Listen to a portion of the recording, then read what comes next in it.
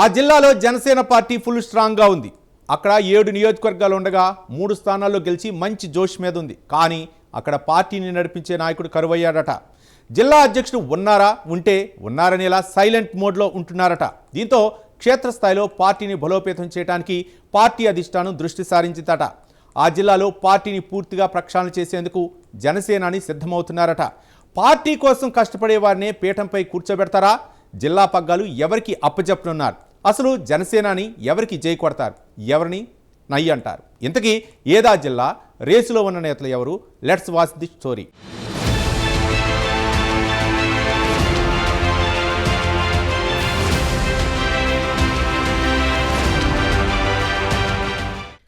జనసేన సంస్థాగత నిర్మాణంపై ముమ్మర కసరత్తు జరుగుతోంది. నియోజకవర్గం ఇన్ఛార్జీలు మొదలుకొని జిల్లా, రాష్ట్ర కమిటీల వరకు పార్టీ ప్రక్షాళన చేసి క్షేత్రస్థాయిలో పార్టీని బలోపేతం చేయాలని జనసేన అధ్యక్షుడు పవన్ కళ్యాణ్ భావిస్తున్నారు. అయితే పార్టీ వీక్గా ఉన్న జిల్లాలపై ముందుగా దృష్టి సారించినట్టుగా తెలుస్తోంది.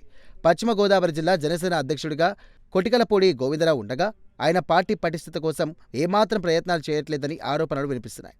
అలాగే ఆయన పార్టీ కార్యక్రమాలకు కూడా దూరంగా ఉంటున్నారని సొంత పార్టీ నేతలు విమర్శిస్తుండడం చర్చకు దారితీసింది. దీంతో ఆ జిల్లాపై పార్టీ అధిష్టానం దృష్టి పెట్టింది. ఈ నేపథ్యంలో జిల్లా ప్రెసిడెంట్ను మార్చి కొత్త వారికి అవకాశం ఇస్తారని ఊహాగానాలు మొదలయ్యాయి.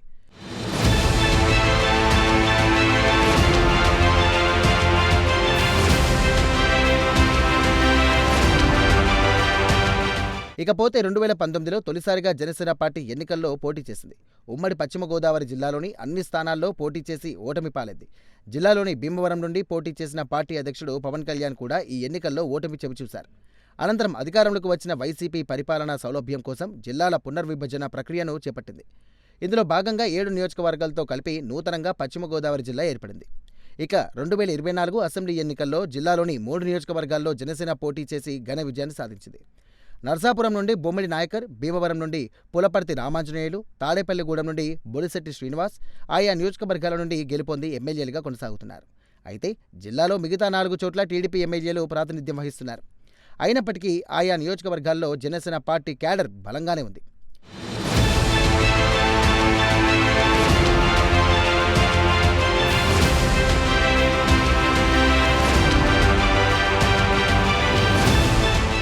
ఇదిలా ఉంటే 2019 ఎన్నికల ముందు పార్టీలో చేరిన కొటికలపూడి గోవిందరావును జనసేన అధ్యక్షుడు పవన్ కళ్యాణ్ పశ్చిమ గోదావరి జిల్లాకు అధ్యక్షుడిగా నియమించారు.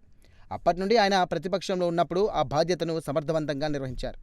పార్టీ సభ్యత్వ నమోదు కార్యక్రమాలతో పాటుగా జిల్లాలో వివిధ రాజకీయ సమీక్షా సమావేశాలను సక్సెస్ఫుల్గా రన్ చేశారు. కానీ తాను పార్టీ అధ్యక్షుడు అయినప్పటి నుండి ఇప్పటి వరకు ఇతర పార్టీల నుండి కానీ సామాజిక వర్గాల్లో కానీ బలమైన నాయకులు ఎవరినీ కూడా పార్టీలోకి ఆహ్వానించలేదు. దీంతో జిల్లాలో పార్టీని మరింత బలోపేతం చేస్తారని చూసిన కార్యకర్తలకు నిరాశ మిగిలింది. మరోవైపు పార్టీ అధినేత పుట్టినరోజు వేడుకలకు దూరంగా ఉన్న ఆయన ప్రధాని మోదీ జన్మదిన వేడుకలను మాత్రం తన ఆధ్వర్యంలో ఘనంగా నిర్వహించారట. అంతేకాకుండా ఈ మధ్యకాలంలో పార్టీ కార్యక్రమాల్లో చురుగ్గా పాల్గొనడం లేదట. పార్టీ ఇంపార్టెంట్ ప్రోగ్రామ్స్లలో కూడా గోవిందరాజు కనిపించట్లేదట.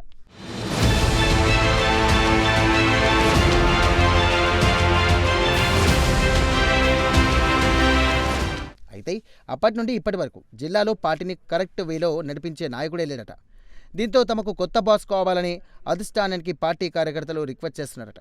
పశ్చిమ గోదావరి జిల్లాలో జనసేన బలంగా ఉంది. అయినప్పటికీ తమకు ఒక నాయకుడు లేకపోవడంతో కార్యకర్తలు అయోమయంలో పడుతున్నారట. అయితే జిల్లా ప్రెసిడెంట్ ఉంటే తన ఆదేశాలతో పార్టీ మరింత బలోపేతం అవుతుందని ఇక్కడ నాయకులు ఆలోచన. ఇది పసిగట్టిన పవన్ జిల్లాలో పార్టీని పూర్తిగా ప్రక్షాళన చేసేందుకు సిద్ధమయ్యారట. అయితే ఈసారి జిల్లాతో పాటు నియోజకవర్గ స్థాయిలో మార్పులు చేర్పులు ఉండవచ్చని జనసేన నుండి సంకేతాలు అందుతున్నాయట.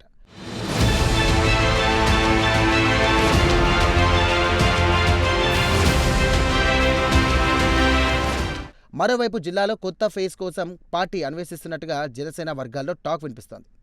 ఈ క్రమంలో గోవిందరావుతో పాటు జిల్లా అధ్యక్ష పదవి కోసం తాడేపల్లిగూడెం ఎమ్మెల్యే, ప్రభుత్వ విప్ బొలిశెట్టి శ్రీనివాస్ పేరు బలంగా వినిపిస్తుంది.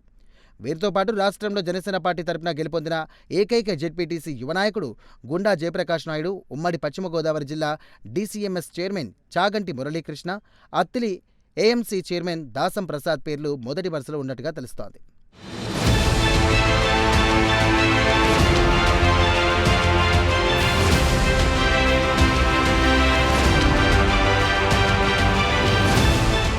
మొత్తానికి త్వరలో పశ్చిమ గోదావరి జిల్లా జనసేన అధ్యక్షుడిని మార్చే ఛాన్స్ ఉందని అభిప్రాయం వ్యక్తమవుతోంది. ఈసారి పార్టీ కోసం కష్టపడే వ్యక్తిని పీఠం కూర్చోబెడతారని పార్టీ వర్గాల్లో చర్చ కూడా జరుగుతోంది. దీంతో జిల్లా నేతలందరూ తమ అదృష్టాన్ని పరీక్షించుకుంటున్నారు. మరి జిల్లా అధ్యక్ష పదవి ఎవరిని భరించనుంది? అధిష్టానం ఎవరి వైపు మొగ్గు చూపనుంది? ప్రస్తుతం జిల్లా ప్రెసిడెంట్గా ఉన్న గోవిందరావును మళ్ళీ కంటిన్యూ చేస్తారా, లేక కొత్త వారికి అవకాశం ఇస్తారా? ఇంతకీ జనసేనాని మనసులో ఏముందో తెలియాలంటే మరికొన్ని రోజులు వేచి చూడాల్సిందే.